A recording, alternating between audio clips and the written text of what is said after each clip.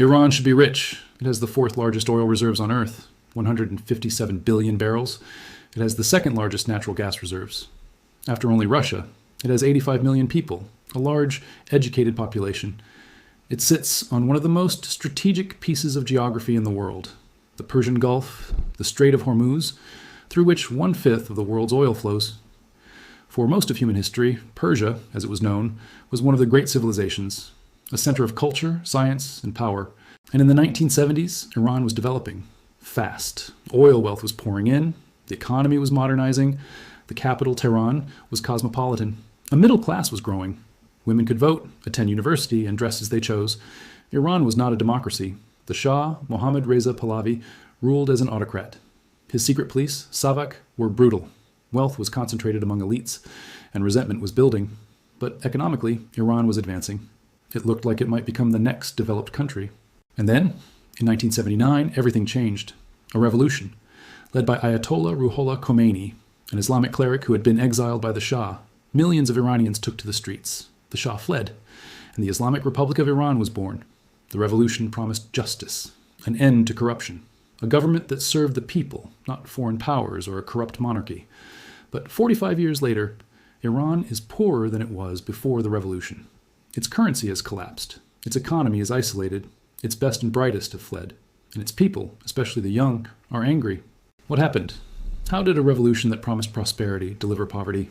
This is the Wealth Records, where every video will change how you see money, history, and the systems controlling your life.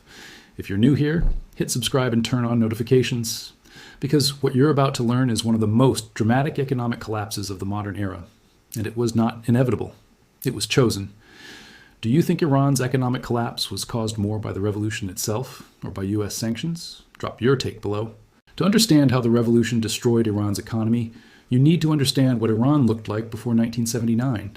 Because the standard narrative that Iran was a backwards poor country until the revolution is not true. Iran in the 1970s was developing rapidly. Oil prices had surged after the 1973 oil embargo, and Iran, as one of the world's largest oil exporters, was flush with cash. Tens of billions of dollars per year. The Shah used this money to modernize. He built universities, highways, hospitals, factories. He launched what he called the White Revolution. Land reforms, literacy campaigns, women's rights. Tehran became a cosmopolitan city. You could walk down the streets and see women in Western clothing, cafes, cinemas, a growing middle class. Iran's GDP per capita was rising. It was approaching the levels of Turkey and Mexico, countries that were seen as developing success stories. But there were deep problems. The oil wealth was not distributed fairly. A small elite, connected to the Shah and his family, lived in extraordinary luxury. Meanwhile, much of the population, especially in rural areas and religious cities like Qom, remained poor. The Shah's rule was authoritarian. Savak, his secret police, tortured and killed dissidents. Political freedom did not exist, and the Shah's close ties to the United States and the West were resented. Many Iranians felt that their country was being controlled by foreigners, that the Shah was a puppet, and that Iran's culture and identity were being eroded by Western influence. The Islamic clergy, who had been marginalized by the Shah's secularization, were particularly angry. Ayatollah Khomeini, in exile in Iraq and later France, condemned the Shah as un-Islamic and illegitimate, and he called for revolution. So Iran in the 1970s was a contradiction, economically advancing but politically repressive, modernizing but deeply unequal. And in 1979, that contradiction exploded. The revolution began with protests. In 1978, millions of Iranians took to the streets. They came from all parts of society, the religious, the secular, the middle class, the poor, students, workers. They were united by one thing, opposition to the Shah. In January 1979, the Shah fled Iran. He would die in exile a year later. In February 1979, Ayatollah Khomeini returned to Iran after 15 years in exile. He was greeted by millions, and within weeks, the old government collapsed. A referendum was held, and the Islamic Republic of Iran was established. The revolution was complete, and almost immediately the economy began to collapse.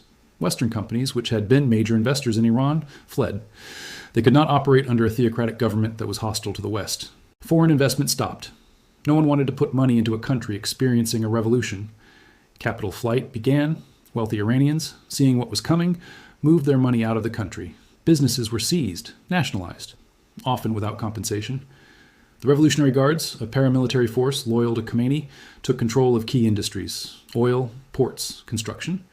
and the educated, westernized middle class that had driven Iran's development began to leave. Doctors, engineers, professors. They emigrated to the United States, Europe, Canada. This brain drain has never stopped. Today, millions of Iranians live abroad, and many of them are the best educated, the most talented, the ones Iran needed most. In November 1979, just months after the revolution, Iranian students stormed the U.S. Embassy in Tehran. They took 52 Americans hostage and held them for 444 days. This was not just a political act, it was an economic disaster. The United States froze $12 billion in Iranian assets, imposed sanctions, and began a policy of isolating Iran that has lasted for 45 years. Iran's relationship with the West, which had been the source of much of its investment in technology, was severed. And then, in September 1980, Iraq invaded. Saddam Hussein, Iraq's dictator, thought Iran was weak after the revolution. He wanted to seize Iran's oil-rich Khuzestan province, and he had the backing of the United States, Saudi Arabia, and the Gulf states, all of whom feared that Iran's revolution might spread. The war lasted 8 years, from 1980 to 1988. It was one of the most brutal conflicts of the 20th century. Over 1 million people died, Iranians and Iraqis. Cities were destroyed, oil facilities were bombed, chemical weapons were used, and the economic cost was staggering. Estimates suggest the war cost Iran over $500 billion. An entire generation of young Iranian men was killed or maimed, and the war economy that developed during this period entrenched the Revolutionary Guard's control over the economy. They controlled smuggling, black markets, reconstruction, and they have never let go. When the war finally ended in 1988, Iran was devastated. But instead of rebuilding and opening to the world, Iran remained isolated. The revolution's ideology, which prioritized resistance to the West and support for Islamic movements abroad, meant that Iran could not integrate into the global economy, and U.S. sanctions, which had begun in 1979, remained in place. Over the next 35 years, Iran has cycled through periods of attempted reform and hardline retrenchment. In the 1990s, President Rafsanjani tried to rebuild the economy. He opened slightly to foreign investment, but the Revolutionary Guards, who controlled huge parts of the economy, resisted, and corruption became endemic. In the late 1990s and early 2000s, President Khatami, a reformist, tried to open Iran to the West. Young, educated Iranians were hopeful, but the supreme leader, Ayatollah Khamenei, who holds ultimate power in Iran, blocked meaningful reform. And the United States, under President George W. Bush, declared Iran part of the axis of evil. Any hope of reconciliation died. In 2005, Mahmoud Ahmadinejad, a hardliner backed by the Revolutionary Guards, was elected president. He accelerated Iran's nuclear program. This triggered a new wave of international sanctions, not just from the United States, but from the United Nations and the European Union. These sanctions targeted Iran's oil exports, its banking system, and its ability to trade. By 2012, Iran's currency, the rial, had lost 80% of its value. Inflation hit 40%. Unemployment soared. The economy was in crisis. In 2013, Hassan Rouhani, a moderate, was elected on a promise to fix the economy by negotiating with the West. And in 2015, after years of talks, Iran reached a deal with the United States, the European Union, and other powers. The Joint Comprehensive Plan of Action, the nuclear deal. Iran agreed to limit its nuclear program, and in exchange, sanctions were lifted. For a brief period, from 2016 to 2018, Iran's economy improved. Oil exports increased. Foreign investment began to return. There was hope. But in 2018, President Donald Trump withdrew the United States from the nuclear deal. He reimposed sanctions and launched a campaign of maximum pressure. The goal was to force Iran to renegotiate, to give up not just its nuclear program, but its support for militant groups across the Middle East. Iran refused, and the economy collapsed again. The rial crashed. Inflation soared to over 50%. Oil exports, which had briefly recovered, were sanctioned again, and Iran was cut off from the global financial system. In 2021, Ibrahim Raisi, a hardliner, was elected president. Turnout was the lowest in the Islamic Republic's history. Many Iranians, especially the young, no longer believed the system could deliver. The nuclear deal remains dead, sanctions remain in place, and Iran is now described as the most sanctioned country on earth. 45 years after the revolution, Iran is poorer, more isolated, and more unstable than it was under the Shah. So why did this happen? Why did a revolution that promised justice and prosperity deliver poverty and decline? There are 4 reasons. The first is ideology. The Islamic Republic prioritized ideological purity over economic rationality. The Revolutionary Guards, who were created to defend the revolution, took control of vast parts of the economy. They run oil exports, ports, construction companies, telecommunications, They control an estimated 40% or more of Iran's economy, and they are loyal, but they are not competent, they are not accountable, and they are corrupt. The regime also spends tens of billions of dollars per year on subsidies. Subsidized gasoline, subsidized bread, subsidized energy. These subsidies keep the population from revolting, but they drain the budget, and they create massive inefficiencies. The best and brightest Iranians, the doctors, engineers, and entrepreneurs, see no future in a system where success depends on loyalty to the regime rather than talent, so they leave. Millions have emigrated. This brain drain is one of Iran's greatest economic disasters. The people who could have built industries, started companies, and driven growth are gone. The second reason is sanctions. The United States has sanctioned Iran for 45 years. These are not normal sanctions. They are comprehensive. Iran is cut off from the SWIFT international banking system. This means it cannot conduct normal financial transactions. It cannot easily buy or sell goods internationally. Its oil exports are sanctioned. Iran has to smuggle oil through intermediaries, selling at discounts, losing billions. It cannot import advanced technology or machinery, which means its industries cannot modernize. And there are secondary sanctions. Any company that does business with Iran can be sanctioned by the United States. This means that even countries that do not support U.S. policy are afraid to trade with or invest in Iran, because the cost of being cut off from the U.S. financial system is too high. These sanctions have devastated Iran's economy. They are the most comprehensive sanctions regime in modern history, and they have worked. Iran's economy is a fraction of what it could be. The third reason is corruption and mismanagement. The Revolutionary Guards and regime elites have enriched themselves. They control smuggling networks.